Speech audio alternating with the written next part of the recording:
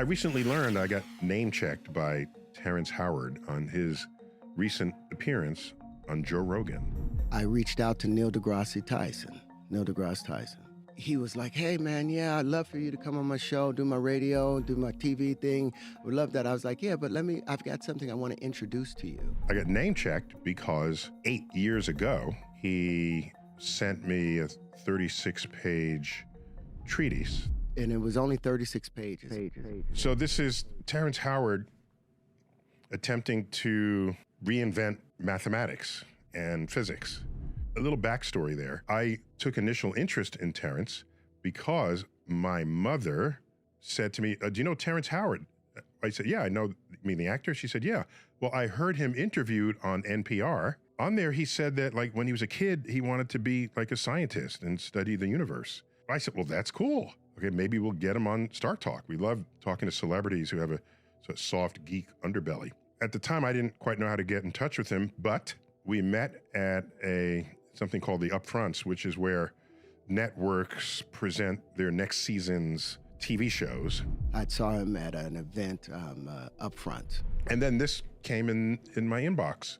In this particular case, since I basically solicited it from him, I actually spent time reading every line of all 36 pages. And I commented. My comments are in red here. You see that? So I spent a lot of time on it. And I thought, out of respect for him, what I should do is give him my most informed critical analysis that I can. In my field, we call that a peer review. You come up with an idea, you present it either at a conference or you first write it up and you send it to your colleagues. It is their duty to alert you of things about your ideas that are either misguided or wrong, or there's the calculation that doesn't work out, or the logic doesn't comport. That's their job. Not all ideas will turn out to be correct. Most won't be. But to get to that point, you need to know things like, what has everyone else said about this same subject? Am I repeating someone else's work? Is this a new insight that no one else has had, but has foundations that are authentic or legitimate or objectively true? Am I making a false assumption? Am I making an assumption that someone else has already shown to be false? All of this goes on the frontier of science. Let me make it clear that I'm delighted when I see people with active minds trying to tackle the great unknowns in the universe. It's a beautiful thing that people want to participate on this frontier. What can happen is, if you're a fan of a subject, let's say, a hobbyist, let's call it, it's possible to know enough about that subject to think you're right, but not enough about that subject to know that you're wrong. And so there's this sort of valley in there, a valley of false confidence. This has been studied by others, and it's called the Dunning-Kruger effect. It's the phenomenon where a little bit of knowledge, you over-assess how much of that subject you actually know. And then when you learn even more, you realize, no, I didn't know as much as I thought I did. So then there's a sort of a lull there. And then when you learn even more, you come back up. Ultimately, learning enough to know whether you were right or wrong. To become an expert means you spend all this time. It doesn't happen overnight. You can't just sit in an armchair and say, I'm now an expert. It requires years and years of study, especially looking through journals where new ideas are published and contested. That's what we have learned is the most effective means of establishing that which is objectively true, or determining that which is objectively false. Both of those work hand in hand to move the needle on our understanding of the universe. I'm going to read you just my opening line here. It's titled 1 × 1 = 2. So I lead off by saying, this is an ambitious work that is a clear indication of a restless, active mind. Within these pages, however, there are many assumptions and statements that are underinformed, misinformed, or simply false, thereby compromising or nullifying many of the subsequent conclusions you have drawn. That's exactly what should happen in a peer review, out of respect for one another's intellect. It opens with a quote from Terrence. It can never occur that the square root of a given number, when added to itself, is greater than the initial number squared, for that would expose a loose thread within the fabric of our understanding, a loose thread capable of unraveling the very ground rules of mathematics. That's a bold statement. So then I just say, this opening thesis is false. There are plenty of examples of this that have escaped your attention. His statement is shown to be false for every number that's less than 1 and greater than 0. For example, the square root of 0.64 is 0.8. 0.8 is bigger than 0.64, and it's a larger number than the original. And 0.64 squared equals 0.4096, a smaller number than the original. To the extent that the next 35 pages depends on your stated thesis, this fact undermines your claims and assumptions and conclusions. It's not about feelings here. It's about objective reality. So at the time, I considered Terrence a strong acquaintance, and we hung out a bit and had much exchange. We haven't spoken much since then. But go to page 2, and in here, he mentions people who he declares were persecuted because their vision exceeded the myopic view of their contemporaries. And he mentions Walter Russell, Nikola Tesla, John Keeley, and many, many more. Regarding your list of people who have made brave sacrifices, I note that to be a genius is to be misunderstood, but to be misunderstood is not to be a genius. The work of Russell, Walter Russell, has eluded any experimental support, and the work of Keeley is generally not reproducible. Science is about reproducibility. I can have the most brilliant, crazy, fun idea ever, and if I perform an experiment and no one else can duplicate that experiment, it belongs in the trash heap. It's me in my own world, thinking I have landed on an objective truth, when in fact I haven't. That's how science works, the reproducibility of results. As for the work of Tesla, much of it had very real value to physics and our understanding of electromagnetism. And that value is duly recognized by my community in the naming of a unit of electromagnetism after him. You can't get more badass than having a unit named after you. Newton has a unit named after him. For example, the metric unit of force is a Newton. Much of the rest of his work was fringe and unrealized, either for violating known laws of physics or for being simply impractical. Just because you do some good stuff doesn't mean everything you ever did is going to be great. I will further affirm that just because an idea sounds crazy doesn't make it wrong. The system of research and publications in peer-reviewed journals has the capacity to spot crazy but true ideas, provided they're supporting by compelling arguments, and ultimately supported by experiments and observations. Newton's laws, Einstein's relativity, quantum physics were all revolutionary ideas that appeared in peer-review settings or journals. Meanwhile, most of the work of Russell and Keeley had no such success with their ideas. So I think on Rogan, Terrence said that I trashed those 3 researchers.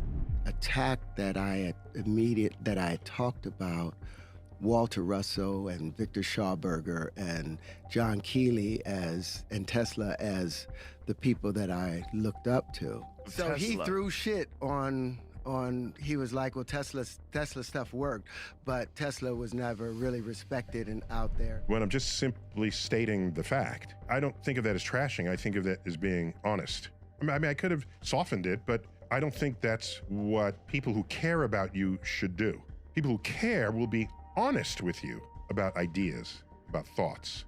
The world is changing so quickly, and so is everything around us. Unfortunately, we have chosen to remain handcuffed to antiquated and obsolete beliefs. We have put an enormous amount of faith into the methods and practices of old that are as dead today as the men who propagated the notion that the world was flat. So I say here, regarding your world was flat reference, it's not widely appreciated that the idea of a flat Earth predates the introduction and development of the methods and tools of science as we practice them today. Those processes date back to around 1600, coincident with the invention of the microscope and telescope.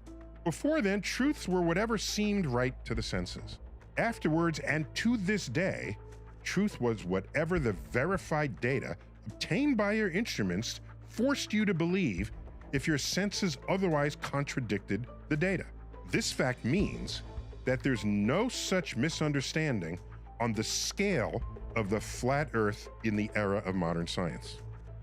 And in multiple places throughout the treatise, he's attaching a number to a physical idea or a physical object. That idea goes way back, by the way. Go back to Pythagoras, famous for the Pythagorean theorem, which we all learned in 8th grade, was it, or 9th grade? Pythagoras was also a philosopher who tried to understand how things worked. He felt, among others in his group, that if you assign a number to something, the number can imbue that object with certain meaning and significance, which means then if you manipulate the numbers, that you gain insight into the objects themselves once you've assigned a number to it. There's a lot of that permeates this document, but it's a long disproven approach to the world. Again, there's nothing wrong with a failed idea. Now other people know to not do it, right? That has value. If we place a candle in front of a mirror, the measurement of light is doubled, is it not? It does not measure as only one light source. We actually see two lights. A light meter will show twice the intensity of light. This is false. He attacked it so with such vitriol. Maybe that's too blunt. What else should I say? I'm a scientist. That's what I would tell a colleague who then say, "Would thank you," and then we go out for a beer after, because that's how that works. And there's an old saying, I first heard it from Michael Dell of Dell Technologies. If one day you find yourself the smartest person in the room, change rooms. I say this is false. The light in the mirror appears dimmer than the source of light itself, for several reasons, starting with the fact that no mirror is 100% reflective. But more importantly, the candle in the mirror is always farther away from you than the candle itself.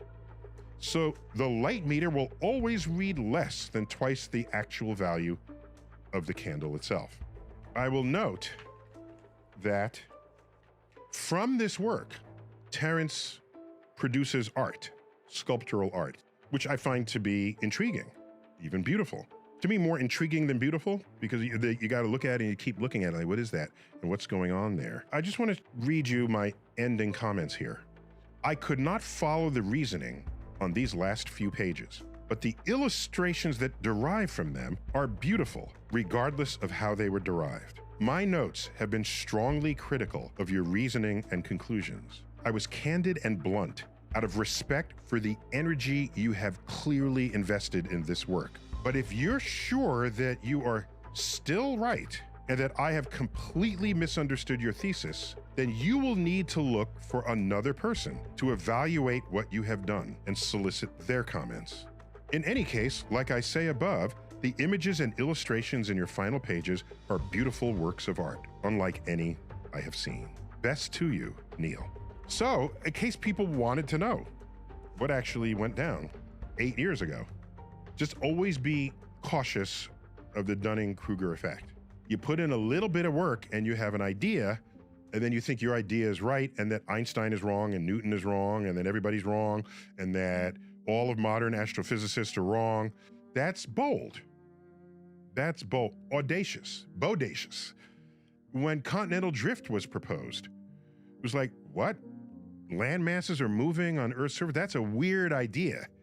That's going to be a hard sell. We think there's sort of upswelling of yes, locally, but whole continents, that's crazy. It would take a few decades until ultimately, when we're mapping the bottom of the ocean, we find that there's a mid-Atlantic ridge that the ridges are separating. It's like bada bing. So the resistance to jumping on the idea that continents move was not because people were stubborn. It was because people are cautious. Any new idea needs to be put through the ringer. That's how science works. You put it through the ringer. Every possible test you can, not just because it happens to look like South America fits with Africa. Any better evidence than that? Oh, wait a minute. Fossils matched between the west coast of South America and the east coast of Africa. Not recent fossils, fossils from millions of years ago. That's interesting. Things that make you go, that brought some more people over to the camp. You keep that up and you reach a point where enough evidence is brought to bear on the question, and then you have a new emergent truth. But at the vibrant energy that goes on at conferences and the contest of ideas, that's how we roll. That's how it works. When Einstein came out with relativity, saying space-time curves, Al, what are you saying? What are you doing? Well, you can test it with a total solar eclipse. So the idea comes out in 1915, is published in 1916, 1919.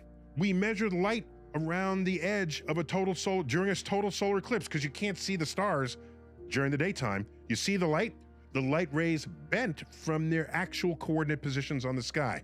Sir Arthur Eddington, an astrophysicist, provided the first experimental evidence for Einstein's general theory of relativity, which, by the way, was published in a peer-reviewed journal. Crazy idea. The platform to be accepted for the ideas is not social media. It is not Joe Rogan. It is not my podcast. It is research journals where attention can be given on a level that at the end of the day offers no higher respect for your energy and intellect than by declaring that what's in it is either right or wrong or worthy of publication or not. I wanted to post this to my website so you can see my comments mixed in with his treatise, but you got a sense of it. Thanks for listening. Thanks for watching.